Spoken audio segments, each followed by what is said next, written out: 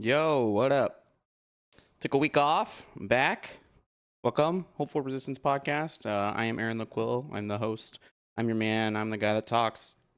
We're going to be here talking, chatting today because there's a lot to go over, I think, between last week and this week. We're going to talk mostly about MAGA's hate for Obama, which I feel like the last couple of weeks has been kind of a little crazy, just kind of like watching it unfold, just how much the MAGA crowd fucking hates Obama. It is wild to me on levels that I can't quite explain just how much they don't like him. And I think it's just because from my perspective, it's such an interesting correlation that they've created between Trump's behavior and Obama. And I think like more than that, I think it's also the fact that Obama is 10 years out of office, and somehow they correlate things that are happening today with the fact that he was president 10 years ago, instead of analyzing the fact that the president of the United States is not doing a good job and his rhetoric is generally terrible. And all of that together just has created such a toxic political atmosphere in the US that it is something I think we should talk about. I'm also going to talk about, or want to talk about, the No Kings protest that happened yesterday. Today is, of course, October 19th. That's when we're live streaming this today. If you catch on later, should make a little more sense. And I think we're going to tap into a bit of the chat log leak that came out and kind of the very strange Republican response that we got to see. I was a little taken back by the fact that there is actual leaders in the Republican Party, not high up leaders, but actual leaders in the Republican Party that are basically shamelessly supporting the fact that there's people just openly trolling, memeing about liking Nazis. Seems problematic to me, just because of how, again, how toxic the political environment is. They would just openly be like, yeah, I'm fine with this. I'm fine with all of it. So, but I want to jump right in. I want to look. So let's talk about Obama, shall we? Okay. I think it's worth noting that the animosity towards Obama is extremely disproportionate. Okay. It's like mystifying because it can't really be explained by like simple partisanship, right? If we're looking at how much MAGA dislikes Obama, it is more than just a disagreement over policy.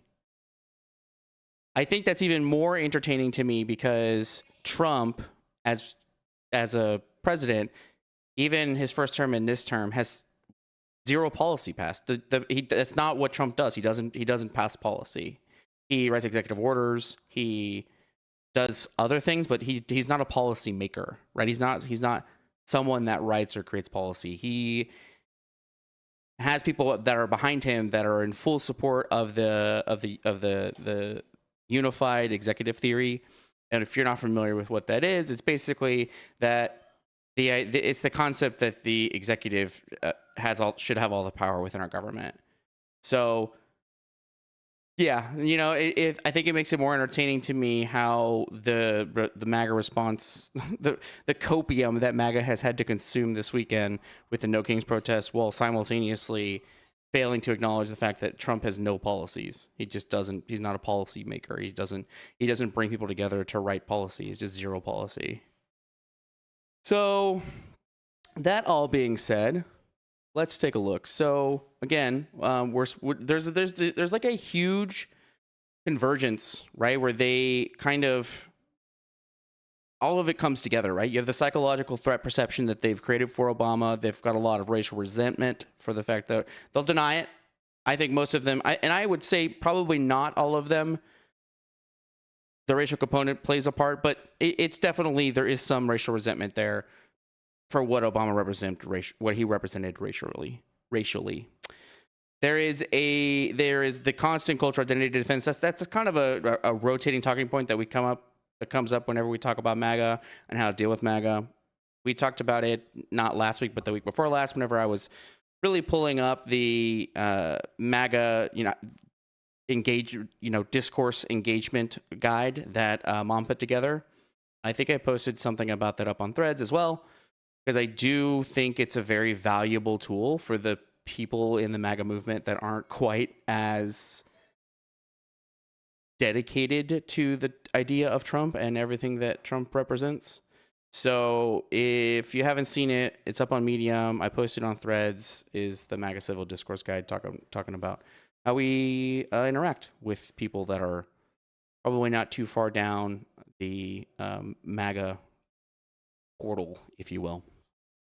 But yeah, so that's all the bits and pieces involved there. So, and then of course, all of that comes together and then is thus amplified by deliberate political engineering, which is a lot of what you see on social media, particularly on Twitter, of course. Where else would you see it? Or X, if you want to call it that. I don't really care what the name of the place is. There is definitely a lot of like deliberate political engineering to try and funnel all of the current state of politics at Obama, which is crazy because he's not been president for 10 years. And we'll get into it. And the fact that if we're talking about deportations, if we're talking about border patrol, Obama did all of that better than Trump. And Obama, like Biden, was a great policymaker. He wrote, he signed policies, not executive orders. Not that Obama didn't use his fair share of executive orders. Let me tell you what. But there was definitely a lot more policy writing done in Obama's era. So if we get into it further, so you've got your MAGA base, okay, and in their mind, Obama is not just a Democrat, okay. He represents kind of a symbolic inversion, okay, of their imagined social order, okay. So when we talk about like demographic anxiety, okay, his election on its own crystallized this fear of the white genocide, right? That white Caucasian Christians dominance in America that was basically fading, right? That we were moving into a new era where you had you had census projections about his majority-minority future that was basically circulating at the same time, and then Obama's presidency gave a face to that trend that we were moving towards, right? As America was growing and as America was becoming more, I guess, more liberal than it already was. Okay. So something else. Again, I got all my notes. So if you see me looking over here, it's because I'm looking at my notes while we sit here and discuss. Before we get into kind of the sharing, the reactionary content that we're going to be looking at for some of the other things that have been going on in the media, I just want us to kind of coalesce and talk about, okay, what is it about Obama, right? So the next thing we got to talk about is like the mediocratic legitimacy. Okay, Obama's composure, his intellect, his education, all of it challenged this narrative that white Americans were inherently more competent and were more capable of leading and were more entitled to lead. Right? Obama kind of shattered all of that by being this like well-spoken, this highly intelligent, this charismatic black man that could go on stage and could get a crowd going, and he knew policy. He was good at talking about policy and talking about ways that we could write policy and etc. So it wasn't like he was, it wasn't like he was just like what some of them imagine, especially if you go on Twitter, what some of them imagine black people to be. Obama kind of shattered all of those stereotypes in like one person, and I think that's kind of what made them like, oh crap, like kind of take a step back on it. So, he was calm, he was confident. It provoked kind of this thing that psychologists talk about, which is called status threat, which is this discomfort that comes whenever you see someone that's a part of one social group and they lose that symbolic superiority, right? And so you have all these, white people, us white people, who have been leading the country for basically the entirety of its lifespan until Obama. And now we have Obama step in, and again, the white genocide guys fucking lost their minds. And probably most other Americans were similar. Not most, that's not fair, right? Because Obama was a popular president. He probably still is a popular president. They just kind of saw it as the status threat to where especially white Christian Republican men saw themselves in the hierarchy of our country, and Obama kind of shot all that down. Okay. He also had a huge cultural representation. Okay, he had this big multicultural identity. He had a black dad, he had a white mom, and an international childhood, as we know, that his family that kind of went around. And of course, his name himself. Trump loves talking about his name, the Barack Hussein Obama. Okay, it just felt foreign. That people didn't feel like that necessarily. Some people felt like it didn't necessarily define what it meant to be American. And he kind of embodied this pluralism that people are worried is going to take over the United States. Okay, I think another thing that, and I'll probably show this once we get through my notes and once we get through kind of talking about clearly the difference between the two presidencies. Okay, again, Obama's gone. He's long gone. Okay, we're 10 years past his era. We are in the Trump era now. So they've got, it is no longer acceptable to blame Obama for the current state of politics. Trump is the president and designates the state of politics. The Republicans control the government. They designate the state of politics in this country. Blaming Obama for all of the problems that have been created by this administration and this Congress is unacceptable anymore. And the fact that they continue to try and do it is hilarious to me, but it's also interesting to watch how people react to it, because the reaction to it is it's very transparent. People can kind of just see through the facade that they're trying to create, that, all this is because of Obama. Bro, Obama was president almost 10 fucking years ago. You gotta stop, okay? It's time to stop. That's no longer what's happening here. In fact, almost 10 years ago, Trump was coming up in his presidency. So, I mean, again, for the last decade, Trump has been president way more than Obama, obviously, and certainly more, like, twice as long as Biden. So where are we at? But you know, I'm just a guy. I'm just here to talk about it. These are just my opinions. This is the way that I perceive these things. And, you know, if there's information out there that counters it, which I've not seen, I've seen people say these things, and then whenever you ask them to back it up, the shit falls through. So maybe there's no, maybe that's the case. Like, again, Trump is the real problem here, not Obama. Although I think we should all acknowledge, and I'll probably switch over because this is really, there's going to be a day that lives in infamy, I think, in all of our minds forever. And I'm going to get it pulled up.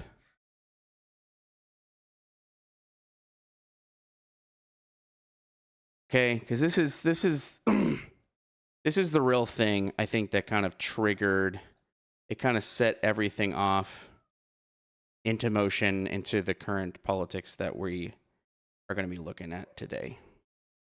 Make sure.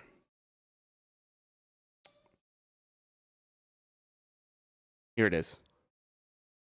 On the Republican side, things are a little more, how shall we say this? A little more loose. I mean, you see upstanding, well-spoken black man.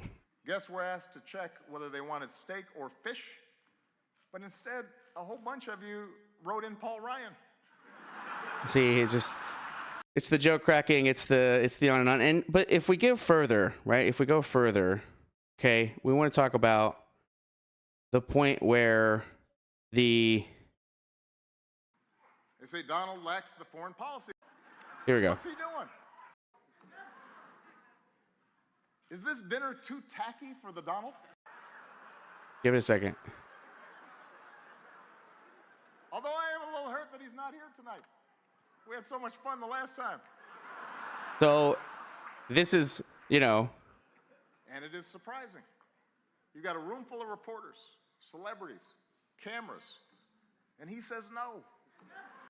So there was that one, but I think this is the real one. This is the real one, okay? That really, look at how mad he is. I warn you. Let's go back. Here we go. Tonight, for the first time, this is the one that I was really thinking of. This is the one. Birth video.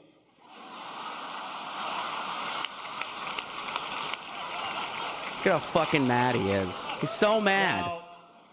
He's so fucking angry. No one has seen this footage in 50 years. Not even me. Because it's 50 at the time. Let's take a look.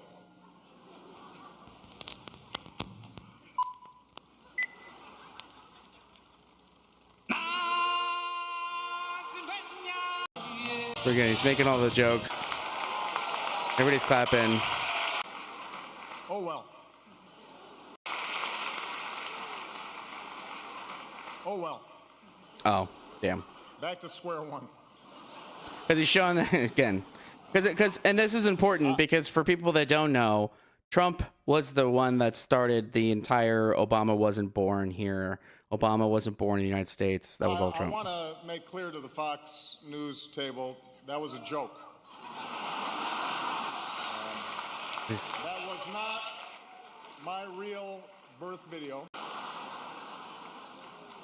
Call Disney if you don't believe it. Really hurt Mitt Romney. Someone should get to the bottom of that. And I know just the guy to do it, Donald Trump. Let's see again.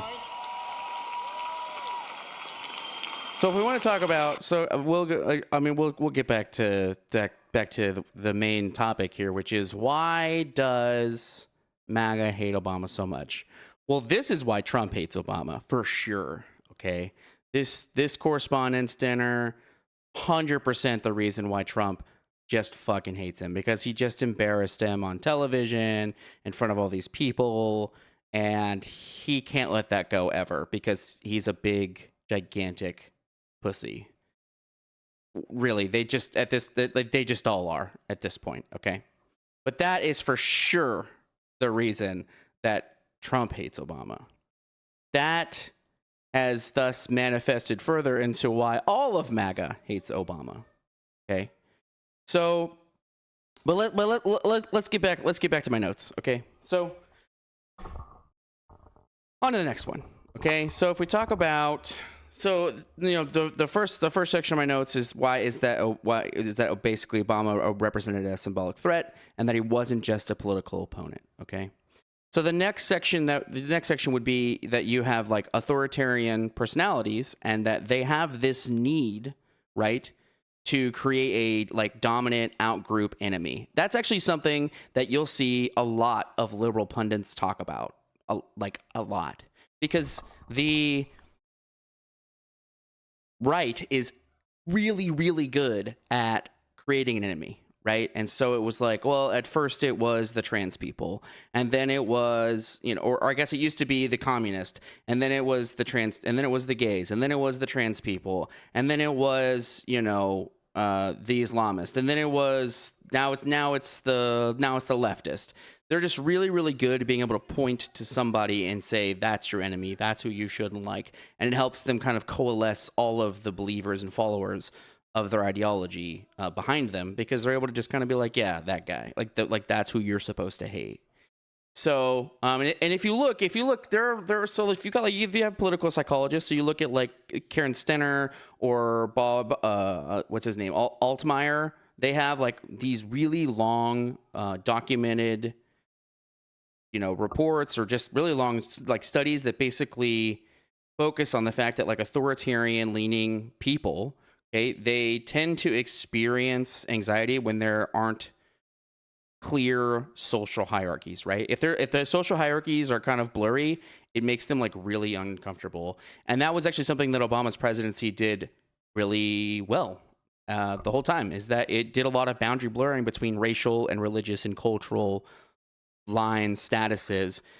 It was in its own way kind of what liberalism in essence is supposed to represent, right? This idea that we can all come together and live harmoniously in America, which is really something that we should all be striving for, and that the alt-right is vehemently, they're really fucking against it, vehemently against it. It's really not good, okay? Because because the authoritarian mindset, right, is that ambiguity, right, is the equivalent to chaos, and chaos in its own right is a dangerous thing. And so if there's any ambiguity, if there's not clear lines and, not even lines in the sand, if there's not a clear social hierarchy in their mind, then they can't fathom that world. They're unable to function in that way. So Obama's presidency does a really good job of that. And the last part of that, of course, is that once they have this fearful, right? We talk about the lizard brain a lot. We talk about, the hate and fear aspect.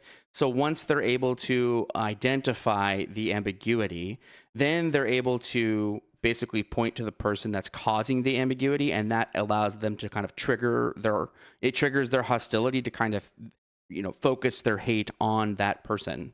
And anyone that would be celebrating that ambiguity is also a part of the enemy in their mind.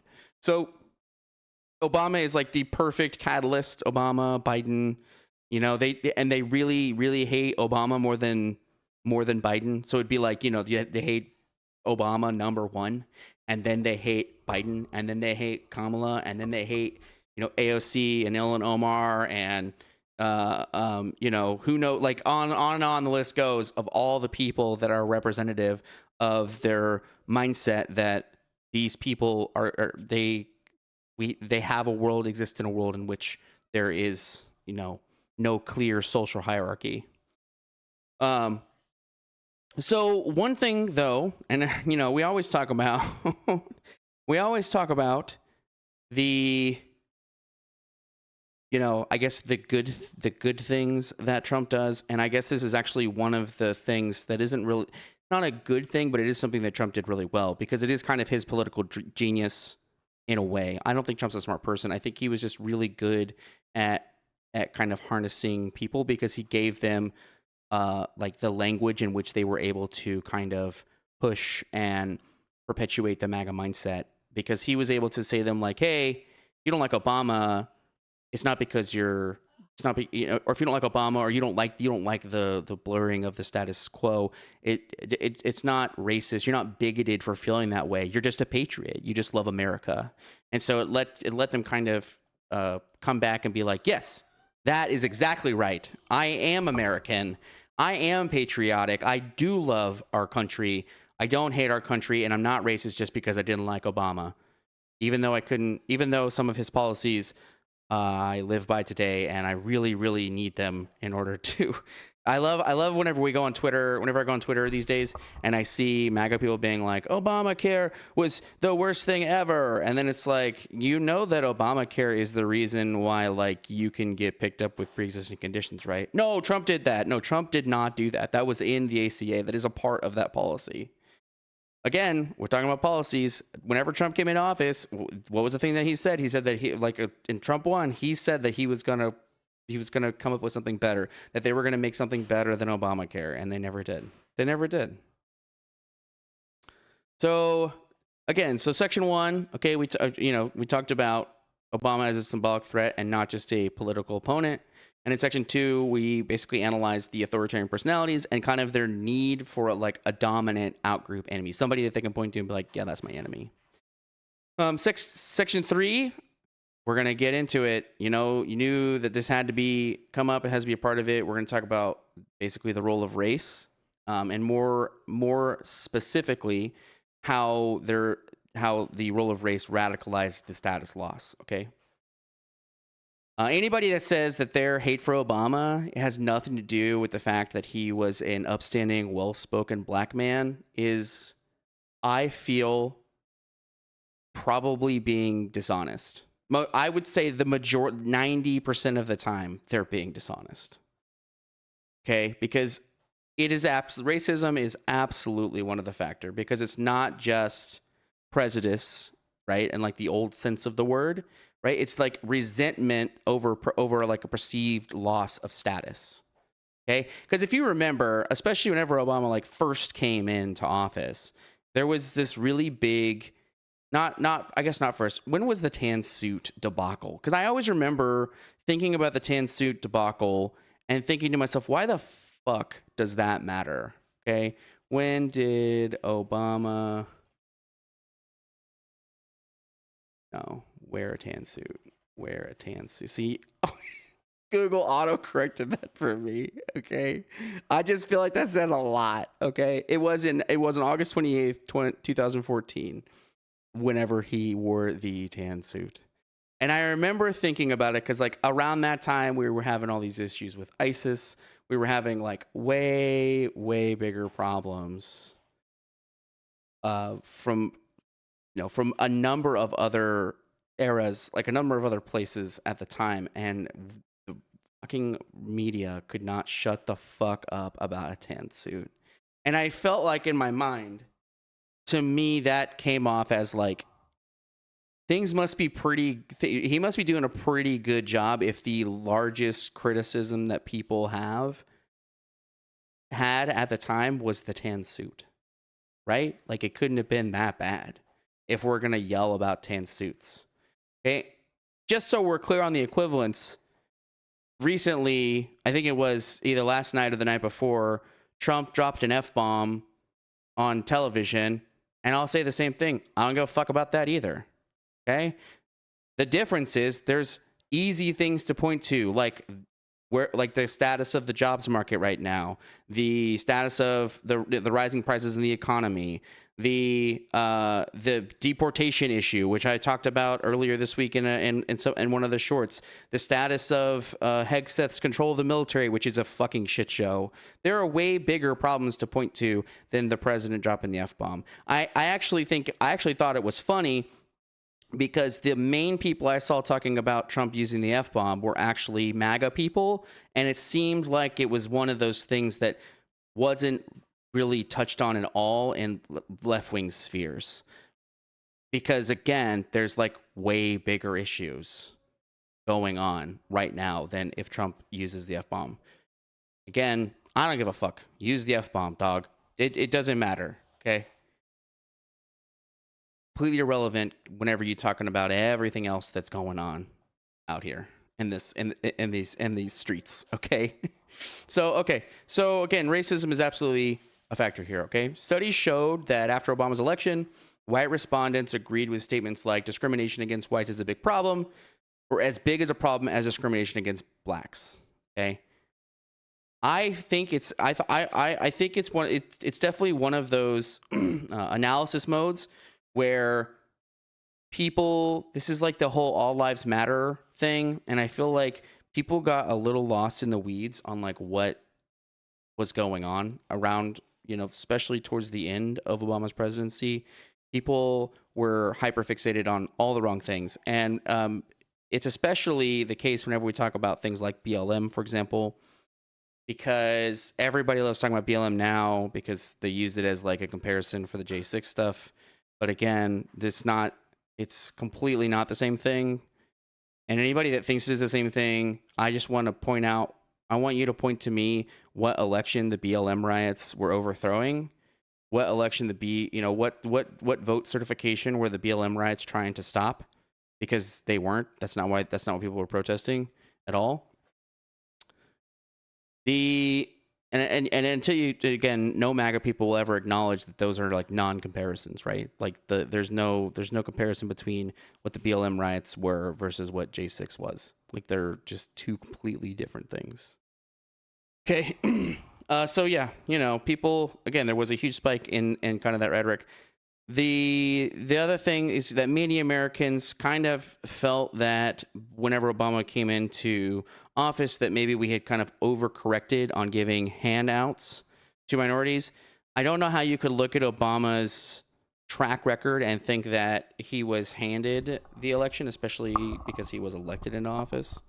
It was just kind of how some people were starting to see, starting to have formulate opinions, or kind of what their opinions were at the time. And the one of the things I think that also kind of happened is that, and especially now, right, is Obama has more or less just become the scapegoat, okay, for like the dispossession that white people started to feel in the United States after he was elected. Okay.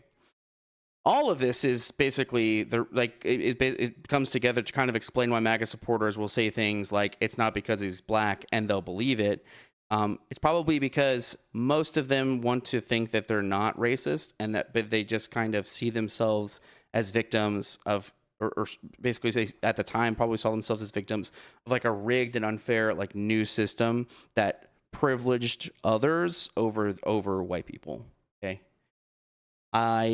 That's why there's this really, really big push for like, especially from Trump but most of the MAGA brand of people is like, there's the big anti-DEI stuff, like, oh, we got to get that out of here. We're not doing that anymore. The big anti, why am I blanking on the name of the thing?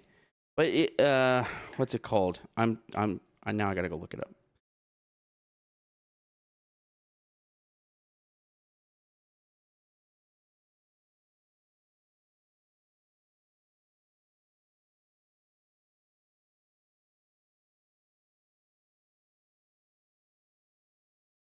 kind of see as I told totally.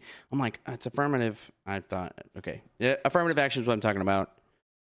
Again, there's a big push on the MAGA side, very anti-affirmative action, which I guess just kind of, coincides with being anti-DEI. Oh, excuse me. So yeah, all of that is kind of if we're talking about, the first thing that we talked about was how Obama was more of a symbolic threat than he was an actual political threat. We're talking about how authoritarian, next we talked about how authoritarian personalities, they have this need for a dominant outgroup of enemies, right? Someone that they can point to and be like, that's your enemy. And that's what allows them to kind of coalesce together. And then, of course, we had to talk about race because it does play a factor. Not, again, I don't want to say in everybody's mind, because I imagine that there probably are some people, but if we're talking about any major MAGA pundit, it is 100% a factor in their thoughts and feelings on it. Period. They could say it has nothing to do with it. I've got a black friend. I've got no problem. No, they do. Okay.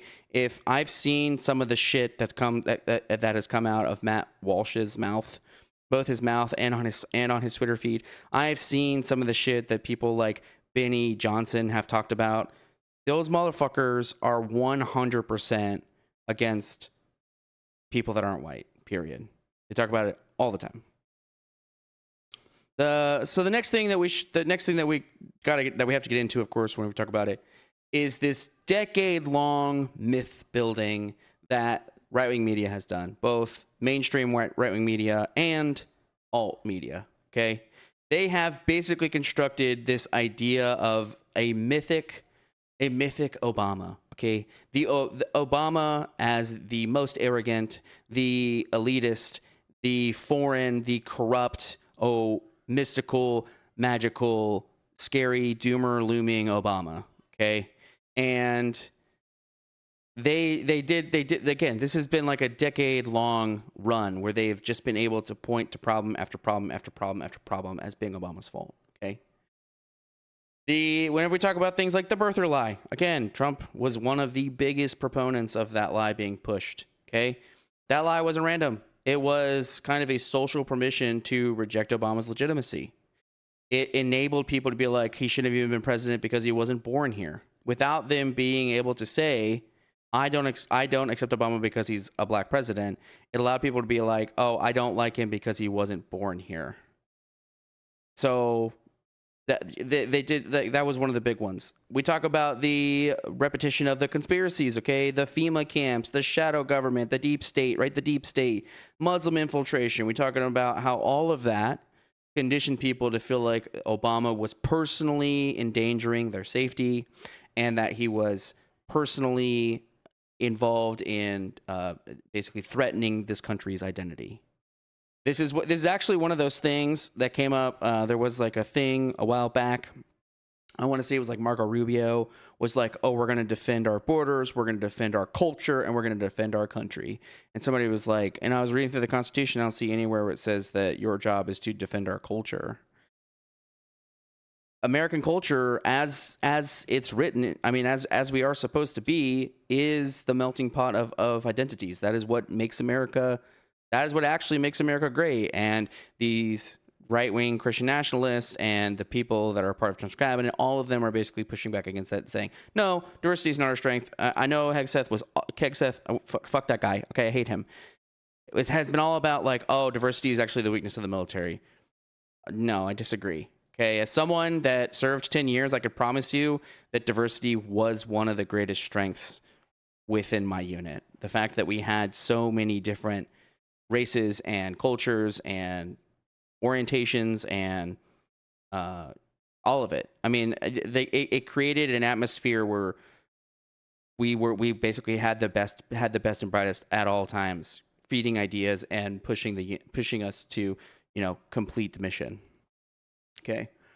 All of that was, so again, go back, talk about how the right-wing media has done this excellent job of building this mythic Obama, right? The Uber doom boss Obama and how by the time Trump had emerged, okay, that the neural pathways for his rise to power basically were already paved. Okay, he didn't have to invent the MAGA hatred; it already existed for Obama. So what he was able to do was he was able to take that and then weaponize it in order to create the MAGA movement. It goes back into the other thing where it's like, Trump was able to come in and say, "Oh no, you're not bigoted for feeling that way. You're just a patriot. You just love your country." So people were like, "Yeah, I'm all about that." Hey, so again, recapping it down real fast. Okay, we had the Obama was more than just a political opponent. He was his own symbolic threat. We had the authoritarian personalities and their need for an enemy. They have to have somebody to hate. We talked about of course, we have to talk about the fact that Obama was a black man and how well the right-wing media did at basically writing the narrative that Obama was, they built the mythic Uber boss Obama. Okay.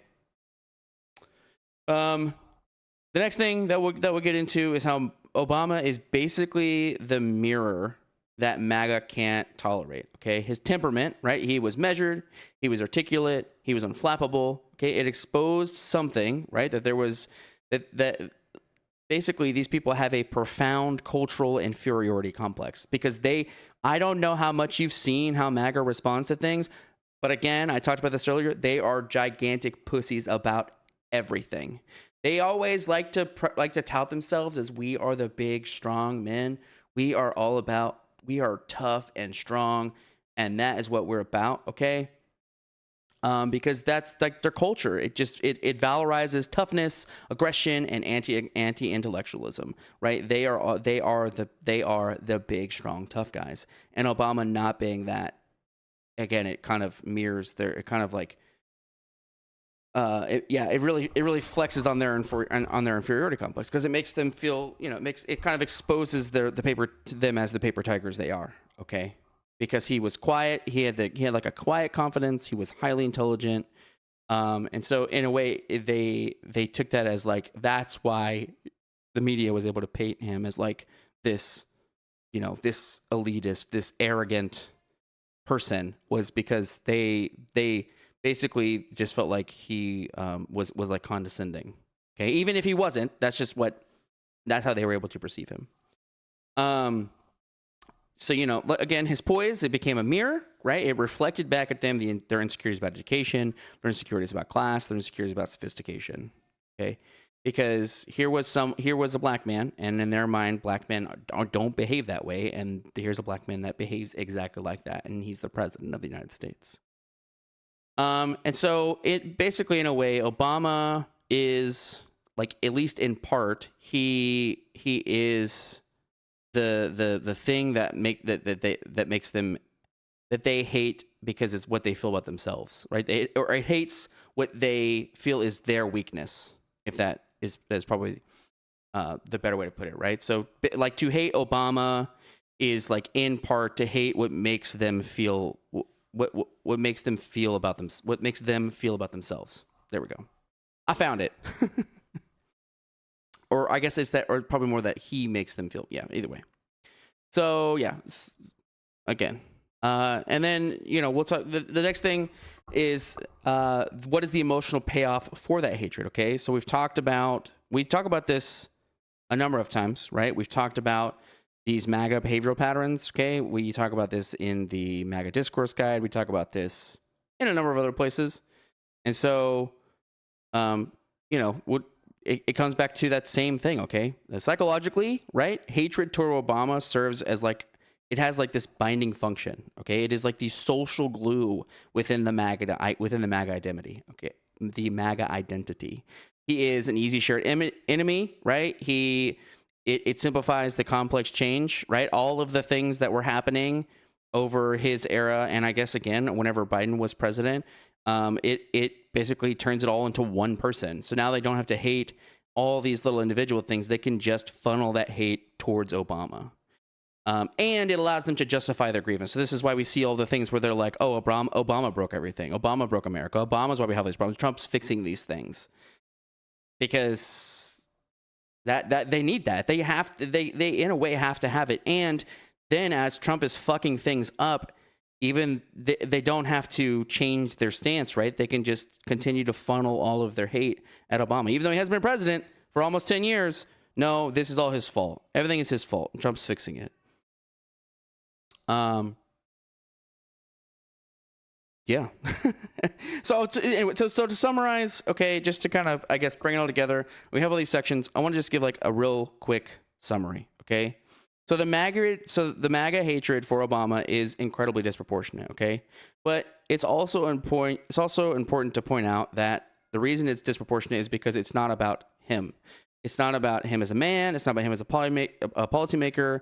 It's about what Obama represents. Okay, he represented the multicultural, pluralistic America, right? He represented the redistribution of symbolic power away from white, Christian, rural, and like male-dominated society. And in their mind, okay, he basically represented the collapse of an imagined hierarchy where people that were like, again, a lot of the MAGA people were basically at the center, and that they were the people that were in charge of everything. So he's like the archetype of everything that they hate and fear whenever it comes to losing control over everything. So yeah, that's all my notes. That's the bulk of what I wanted to talk about today. I was walking, I was out again last week. We didn't have an episode last week. And so one of the things that came up whenever I was talking about wanting to do this week's episode, because I'd seen it over and over and over and over, and I was just really fucking tired of seeing it, was how much MAGA people on social media were like, oh yeah, this is all Obama's fault. Everything is Obama's fault. It's all Obama's. Like, I'm like, bro, Obama has been president for like almost 10 freaking years. Are you kidding? You guys are ridiculous. That's insane. Okay. So the next thing that I've got, and I really like this thing, is I want to do kind of an overall comparative judgment. Because, right, if we're going to talk about what was Obama like as a president versus what was Trump like, what is Trump like Trump like as a president, then I feel like we probably need to bring it up. Okay. So I want to kind of go down, and I want to talk about like five things that, that they were all kind of involved in. And so we'll talk about economic performance. We'll talk about legislative policy accomplishments. We'll talk about foreign policy and America's global influence. We'll talk about the governance of institutional integrity and the public legitimacy and like long-term impact that the presidents have had. Okay. And in order to do this, we're going to have to, what is the success factor? Okay. So success in this measuring that I'm doing, it's basically like, how effective was the leadership? Okay. Did it advance national welfare? Did it strengthen institutions? Did it leave like durable positive impact? Okay. So let's go down. So first and foremost, and this is all based on data. So who was better at economic recovery? And it basically is probably more that Obama did a better job at economic recovery. Okay. He did a lot of managed crisis recovery that Trump benefited from, especially in his first term. Okay.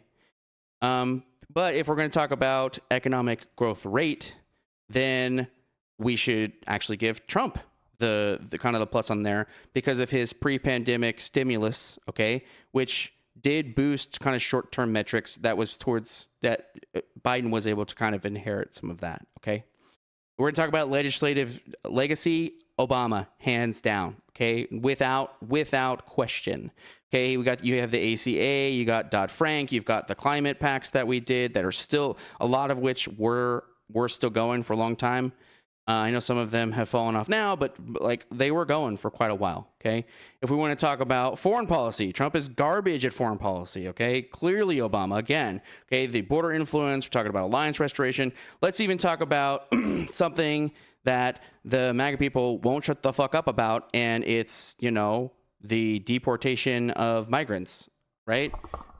Obama deported more migrants than Trump ever did while he was president. And Trump is still, like, based on trends, Trump is still not even going to beat him. And people will, what's funny is that MAGA people will point to that and be like, well, then why are you so against Trump doing it? And the difference and the reason why we're so against the way Trump doing it is because there's no due process in the Trump method. Okay, we have masked men scooping up people. There's videos of it. It's an indisputable argument.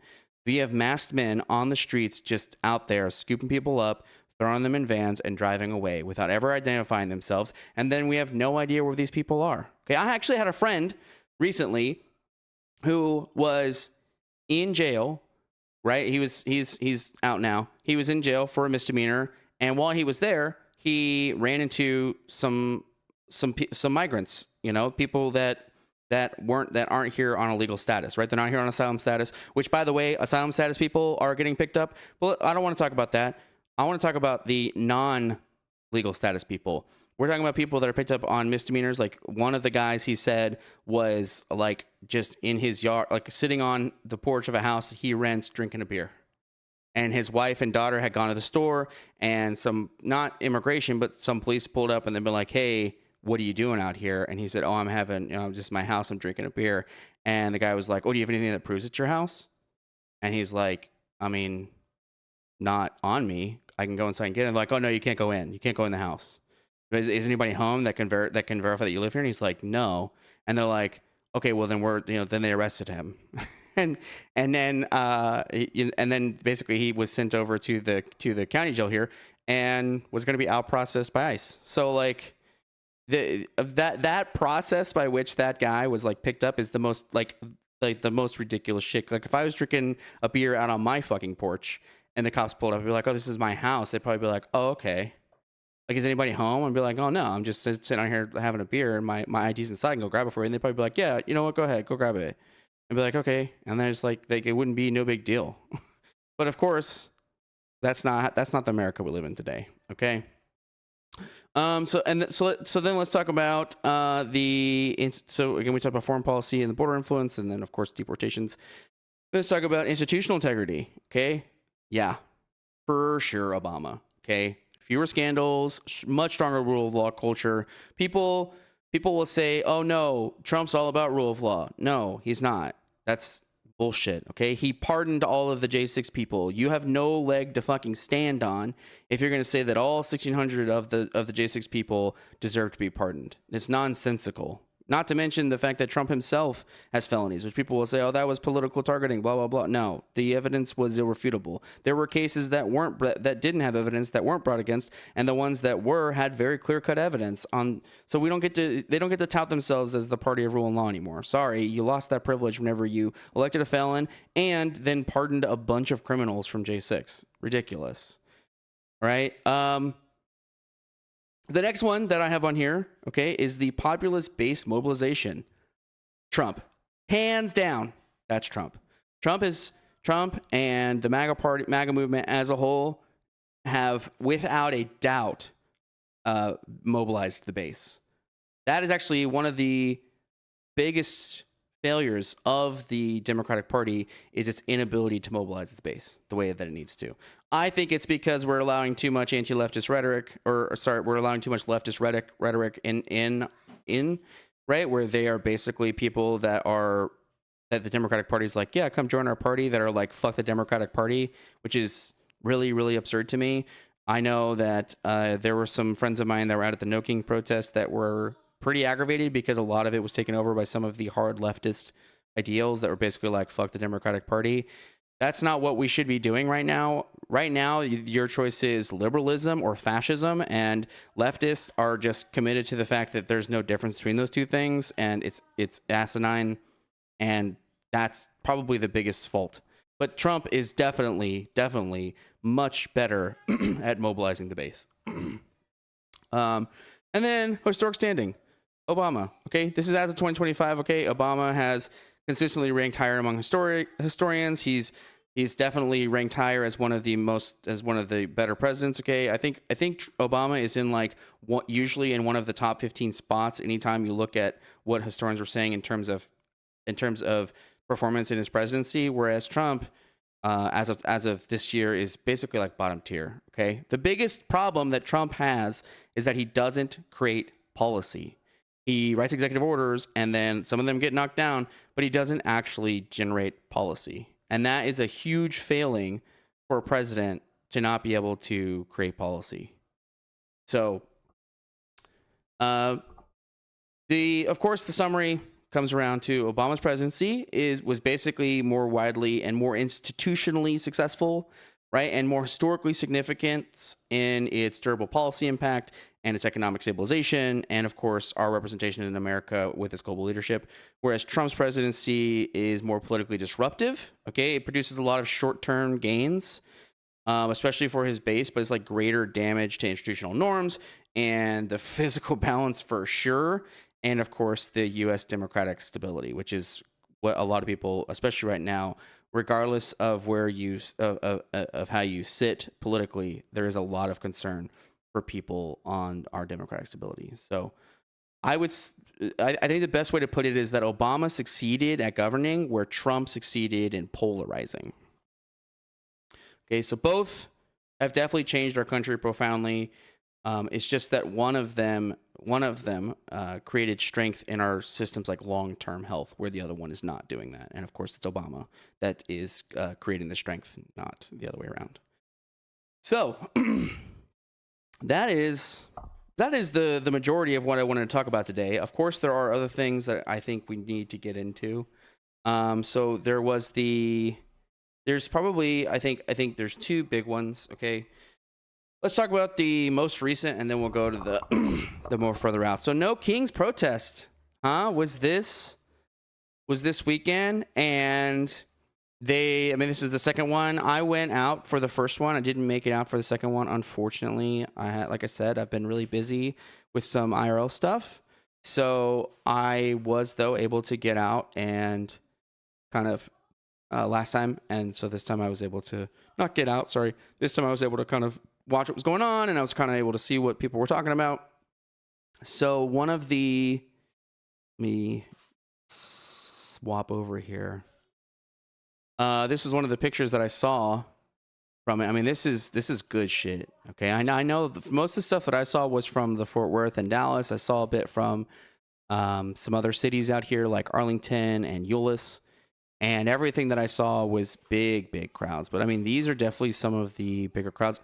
I know that there was a big thing going around about Boston, I guess on Twitter, where the community note was saying that it wasn't an actual picture from Boston. That's cope. I just want to be really clear. The Boston picture that their MAGA is trying to say is not true. It was from 2017 is wrong. This is the actual picture that these are all from. I saw a time lapse from the New York one, from the Dallas one, where there was people walking down the Dallas street for like 3 or 4 hours, just like straight, not in a circle, just like a straight line of people walking down the street. So I think anytime that you're seeing this feels like it's especially true whenever you like come over and I just like look down my feed of like what these people are talking about. And they're like, oh yeah, they're out here, blah blah blah. There's like, this is all fake. No. Like, these people are so fucking copalicious. They are just cope. Okay. One of the things this is the other thing that I've been seeing a lot of. Okay, these protests would go from like 11 to 1, and so people would be out there at 11, and then at 1 o'clock they would leave, right? Because that's like, if you have a timed slot on which the protest is going to occur. So people go out, and then once the protest is over, they leave, because that's how it works.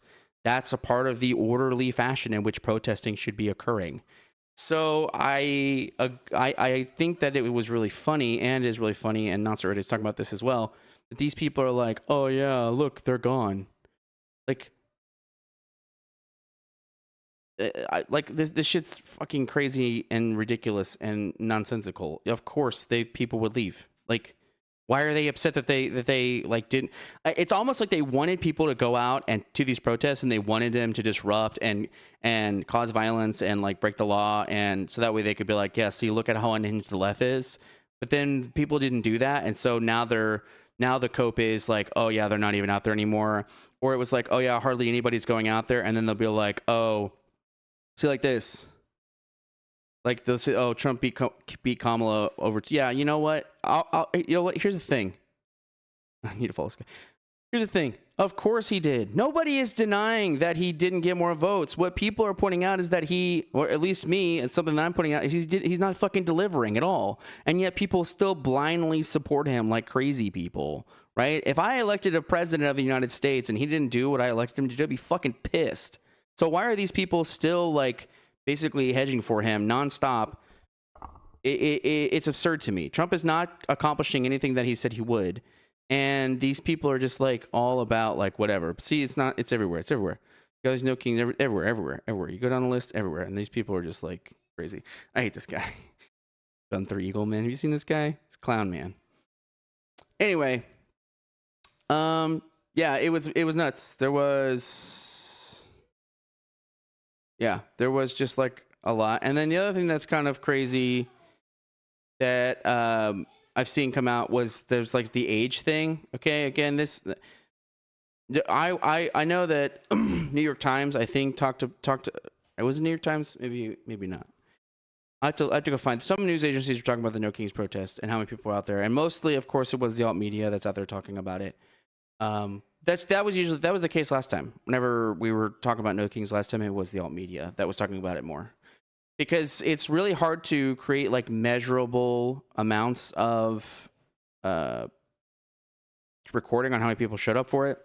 Also, the legacy media is so fucking cowardly. Like they're scared to death of being perceived as biased against Trump, that anytime something is anti-Trump, they try not to report on it because they don't want it to appear as though they're being biased. I take it as, I think it's cowardly as fuck that they don't do that, because honest reporting would basically be kind of like that. So that you would report all of those things and that you would report them honestly. But of course, that's not what the legacy media was talking about. So the next thing I want to talk about is, of course, the group chat leak and the right's absolutely unhinged response about that leak. So if you're not familiar with the group chat leak, there was a young, not even young, yeah, I guess kind of a young Republicans group chat leak that had a lot of like up and coming Republican, not like policymakers, but like up and coming like Republican political leaders in it. And they were, yeah, you know what? I'll just show you Republican group chat leak. Group chat leak. If you've not seen it, I want to pick something. Yeah, we don't want to go like WAP, or we definitely don't want to go any of these, because I feel like Politico is probably a good one. Yeah, Al Jazeera, of course, it's a little, but I mean, even like, you know, The Guardian. I mean, we could probably get down here and even look at like group chat leak. I don't even know if New York Post reported on it. New York Post. Damn, New York Post looking like shit. They didn't report on it? Clown nonsense. Okay, but yeah, if you haven't seen this, I mean, this is like, these are young GOP leaders. And this is the crazy, wacky, unhinged shit that they're saying. Trolling or not, right? Memeing or not with your friends. I meme with my friends all the time, and I would never, ever in my life use like hard F word or say stuff like I hate the Jews, or make jokes about rape or any of those things. Like, that is bonkers, nasty, unhinged shit. That is just things like if these are if these are the kinds of people that you hang out with, I really think that you need to analyze what kind of friends and what kind of person you want to be and what kind of friends you're making. Don't get me wrong. I'm all about making edgy jokes. Okay, I was in the military. I was in the Marines for 10 years. Edgy jokes are they just come with the territory. Okay, and sometimes I'll even think I will even think that they're funny. Just to be totally frank about it. But if we're talking about things like, great, I love Hitler, or right, even joking, this is not a thing that I would like joke around about, right? Like, fuck that guy. We're trying to talk about, like, for everyone that doesn't endorse us, They're going to get the gas chamber. Okay, we're going to talk about stay in the closet. You know, we're going to talk about like I love the watermelon people. Like I'm just saying, come on. Like there are jokes. Every single, I would say honestly that there are jokes that you make and you go, oh, I'm just kidding.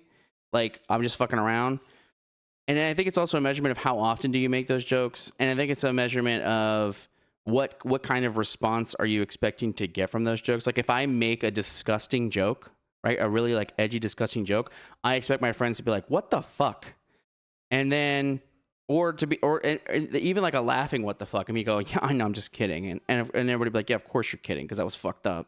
But that's not what this is. This is kind of like we actually believe these things, and so we're gonna make, but we believe these things, and we're joking about them. Okay.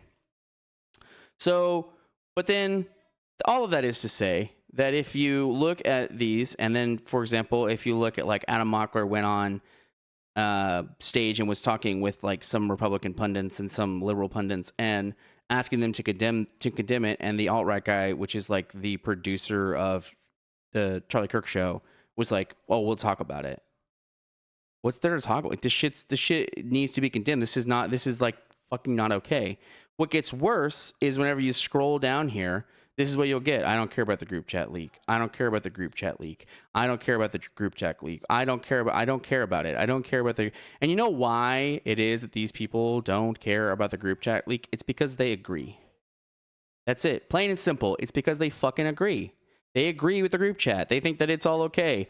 These ones in particular are fucking annoying and disgusting, especially from Kevin Sorbo, because they don't give a fuck about what's going on in Ukraine, but they'll use this as the example of things that aren't fucking okay to them because it's a young white woman and a black man, right? It has nothing. The correlation between his mental health status, which was absolutely fucked, and he 100% deserves to go to jail forever and or be put to death. In their mind, that's not even a part of the factor. It's because it's a black man attacking a white woman. That's why they don't care, because again, they agree. They agree with the group chat, period. Point blank. That's it. They agree. Okay.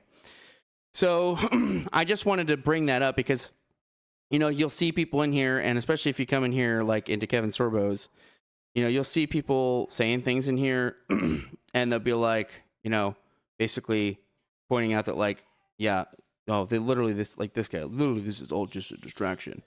Like, okay, no, it's basically, it's literally to point out the mindset, okay, the complete mindset of the up and coming Republican Party. Like, who's coming into power? People that are okay saying things like, you know, I love the watermelon people, right? Or calling, again, I'm not calling somebody, you know, the F word or retarded or whatever, but saying things like, great, I love Hitler, right? I'm ready to watch people burn.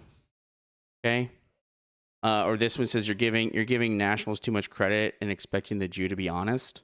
You know what I mean? Like these are the people that are going to be leaders of the future Republican Party, and Republicans are completely unfazed. They're like, good. Though I want those people to be right. I want them to be the leader of my party. Is basically what they're saying. So. No surprise, I guess, at the end of the day. Just zero surprise, okay? Because, you know, I posted this. This is just, yeah. Okay, I think that probably more or less wraps up today's episode. Again, the biggest focus today was talking about MAGA hate for Obama.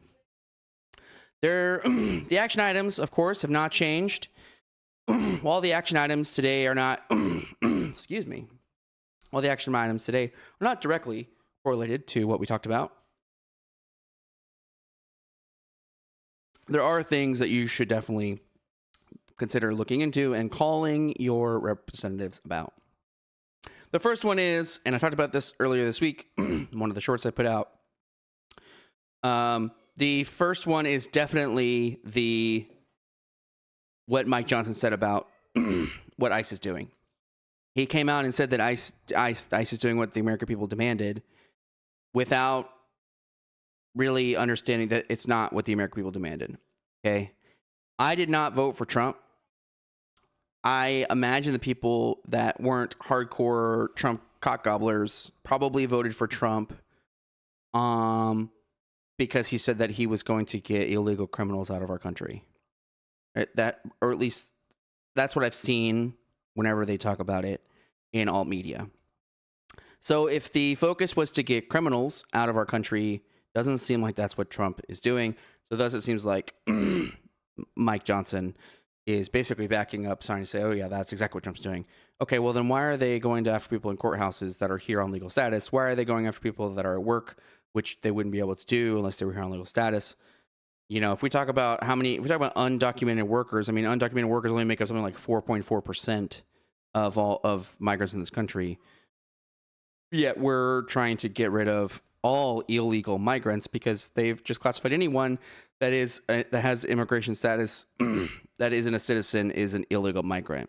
That's why we see people with asylum status get kicked out.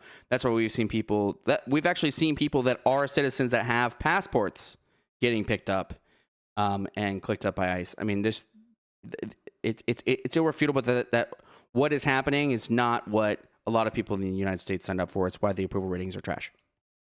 We're going to talk about the state of the economy. I'm going to get all these things. It's just like Trump is failing on every single measurable level. And yet, some reason, we're just going to pretend that he's still doing what he was elected to do. So, again, not the case. Oh, excuse me. I really need to get it out. I've got crap in my throat and I need to get out. So, again, there are a number of things you can call your rep about, and if you're going to call your rep, I highly encourage you use the 5 Calls app. They are not a sponsor. We are not, we take no money from them, but we do, in fact, still endorse the use of 5 Calls. The 5 Calls app, if you're not familiar with it, is an app you can download on your phone. You put in where you live, and it gives you the name and contact information of your representatives. And then it gives you issues that you can talk about, okay? So, like, the top ones this week are the No Kings in America in Trump's dictator rule, oppose a blank check federal budget shutdown, okay? That's the government shutdown, which is a huge deal right now, especially because the Republicans are trying to blame the Democrats for it. We want to talk about restoring funding for life-saving SNAP and WIC benefits, protect the Department of Education, on and on and on and on and on. It gives you the issue that you can talk about. So if you click on it, then it gives you updates on it, right? Gives you like line by line updates where it basically breaks down the issue for you to read with links that you can click out and go to. And then at the bottom, it gives you the list of your representatives. So I live in Texas, so of course it shows Cornyn and Cruz, and I'm not going to tell you who my representative is because I'm not going to dox myself. But it gives me my House rep. Okay, so.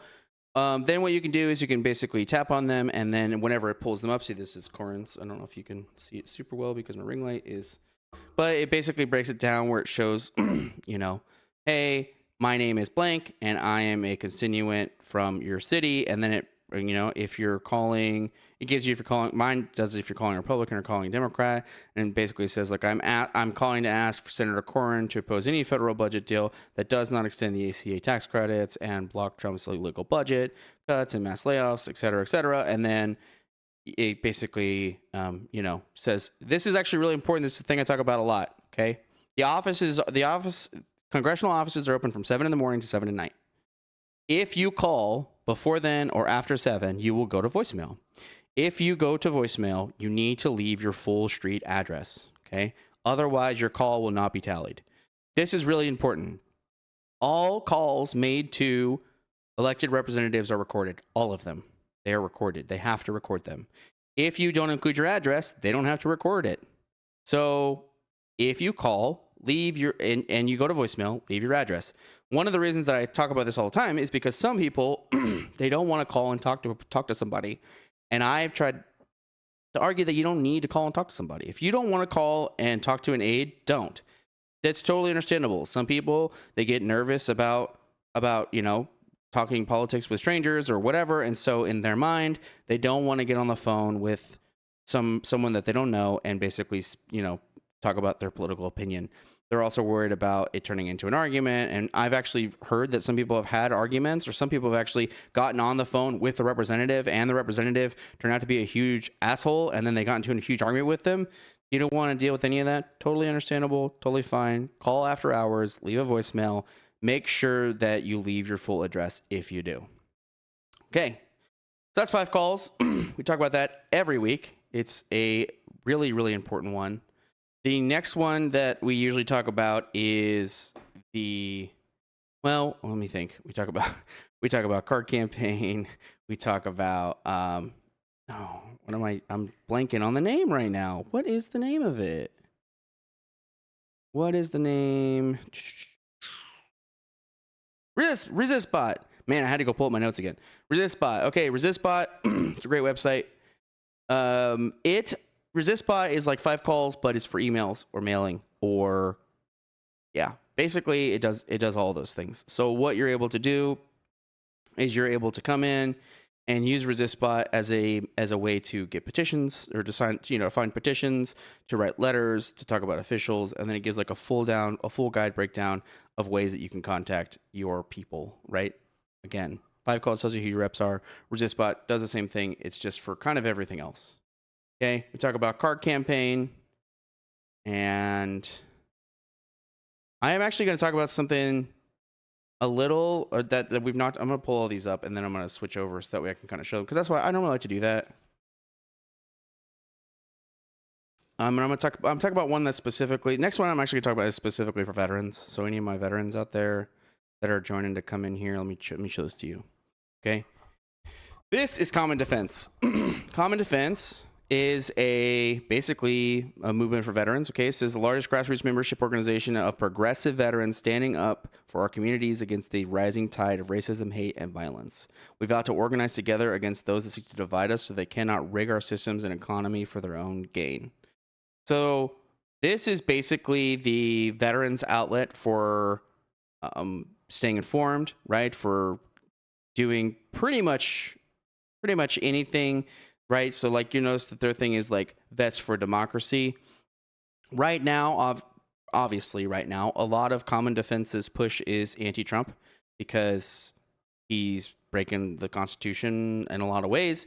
And any of my veterans out there, you remember your oath. I remember my oath.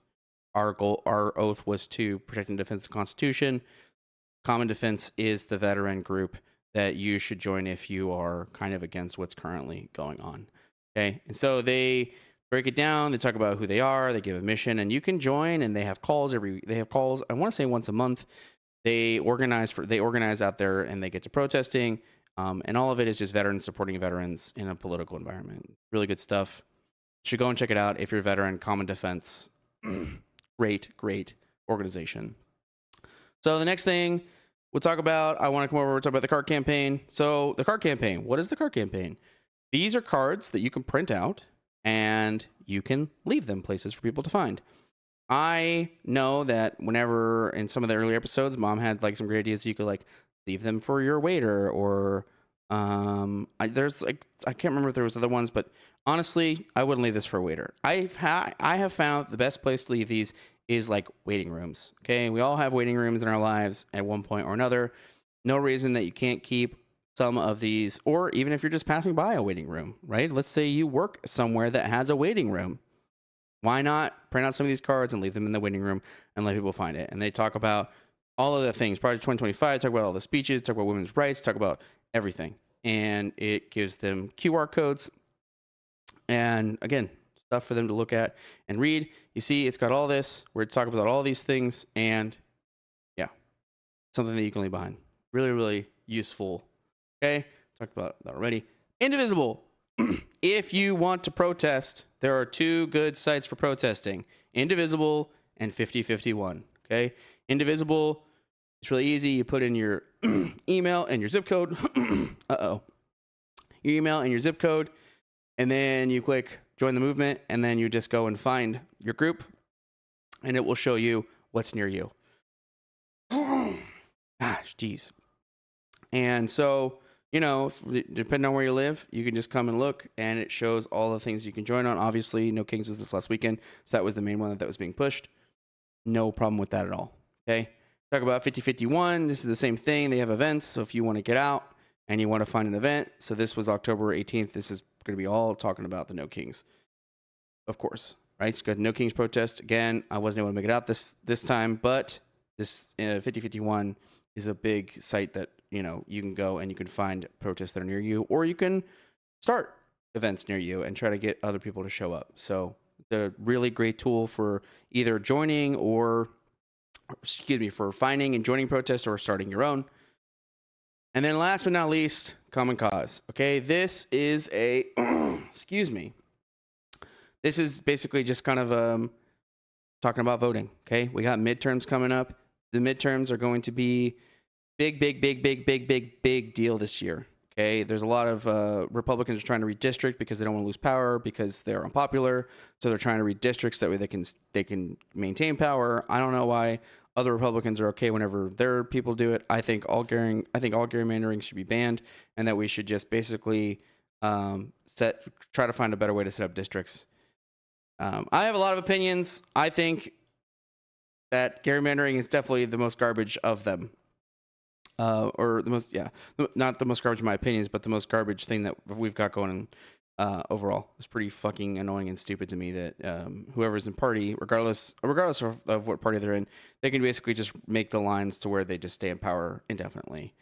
We need to get out here. So one of the things that I think, so this talks about all of it, building government that works for all of us. Again, excuse me. This one right here. Some of these are petitions. I actually need to go sign this one because I'm really fucking against the press corps being kicked out of the Pentagon. It's garbage. And it says a lot. I think it's because Hegseth got tired of them reporting his incompetence. So that's why he's like, they're reporting secret data, said the guy who, or they're not allowed in secret areas, which they weren't allowed in secret areas before, so it's all nonsense. But says the guy who was using a signal chat to basically plan airstrikes and then denying it so he wouldn't get thrown in jail because he's a lying piece of shit. So, just normal stuff. Anyway, I want to thank everybody that joined today. I know I was out and I talked about a lot today. Please make sure you take the time to get involved and find your own type of resistance. Something that we talk about probably every episode is that there is no act of resistance that is too small. I think that for some people, it is worth noting that your form of resistance doesn't have to be something big and grandeur. It could be something small and easy. Something as simple as going to your local food kitchen, your local food pantry and donating food, or showing up at a soup kitchen to help feed the homeless, or getting involved in your local politics, right? All of that is like small scale things you can do, or you can go even smaller, right? Maybe help your neighbor out with something. Maybe, put up your Halloween decorations to try and encourage your neighbors to do so. There are so many ways that you can kind of resist the, excuse me. There's so many ways that you can kind of resist like the tyranny of which America is currently experiencing, and it can be found by doing something really, really small, or something really big. And I don't think people need to beat themselves up on it being not enough. What's not enough is doing nothing. That's not enough. If you're doing something big or small, you are contributing overall to the American ideal, and in a way that like that on its own is its own form of resistance. So thank you so much, everyone, for joining. I will be back. Hopefully, I should be back regularly scheduled programming going forward after this week, and I will catch all of you next time.